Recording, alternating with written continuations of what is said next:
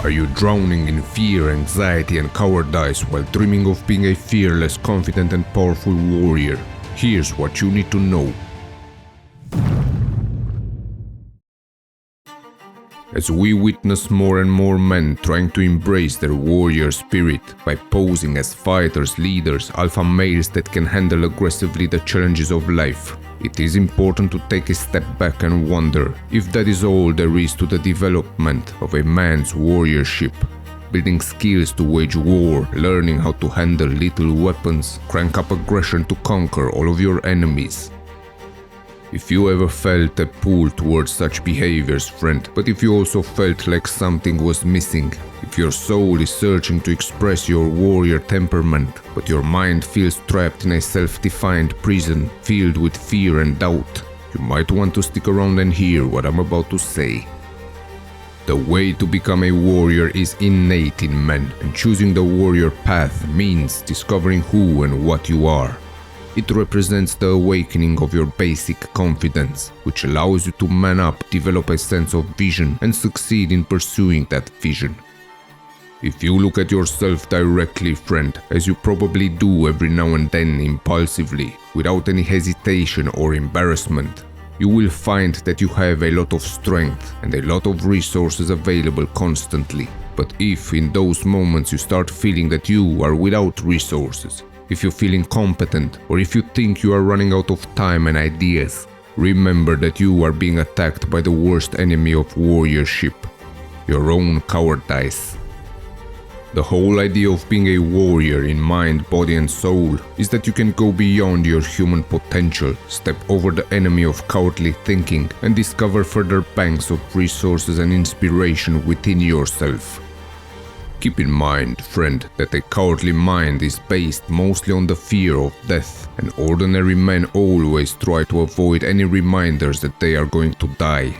Such men put an extreme focus on constantly producing environments to shield themselves from any harsh edges, to live in comfort all the time, to gain infinite resources for the fear of running on empty. They try to keep everything under control so that nothing will pop up and give them a nasty shock, reminding them of their own mortality. Be honest and refuse to defend yourself from death by never celebrating life, because such a defensive attitude will keep you surrounded by fog, depression and general unhappiness, a cowardly approach to life that is very far from the warrior calling that is ingrained in you. Becoming a warrior means that you can look directly at the nature of your cowardly mind and step out of it. Instead of striving to be seen as the top dog, you can trade your small-minded struggle for security for a much greater vision, one of fearlessness, openness, and genuine heroism. When your safe space starts to feel like a trap, realize that it has been your choice all along to live in a restrictive mentality of defensiveness and cowardice, and understand that you can break free from this dark prison of fear and relax in the greater space of confidence. Remember, friend, that a warrior is not developing confidence by simply learning a skill in which he feels he should always take refuge, nor does he fall back into a mentality of choicelessness, since such conventional ideas of confidence would simply create further isolation based on yet further types of defenses. What you want to develop as a man is self-existing confidence. A state of confidence that is unconditional, free from competition and any notion of struggle. To put it in other words, because you will be undistracted by any cowardly thoughts, you will be able to rest in an unshakable and wakeful state of mind, which needs no reference points, no comparisons to others. Such a state of mind does not mean that there is nothing left for you to do, since a true warrior is not satisfied with only the possibility of liberating himself from the pains of cowardly thinking and acting. A warrior cannot ignore the suffering and depression he senses in those around him, and through his unconditional confidence, spontaneous compassion naturally arises. Do your best, friend, to develop yourself to this level, and you will see that honest compassion will manifest in you naturally from your basic confidence. If your confident state of mind is self-existing, untouched by aggression, arrogance, fear, or the need to prove yourself to others, You will not find any trouble in being humble, kind and self-contained, in relating with the ones around you. You will not be captured by doubts, therefore you will be humorous and uplifted in your interactions. You will not be trapped in the pettiness of hope and fear, so your vision will become vast and you will not be afraid of mistakes, and in the end, your mind will become profound while you will be able to attain complete mastery of your world. Become a man that is not afraid or depressed by life's obstacles and dare to include them in your path. Be confident to conduct yourself with gentleness, fearlessness and intelligence. It is your gentleness which allows you to feel kindness and fall in love. It is your gentleness that allows you to build an honest vision that does not have the goal to only please your ego.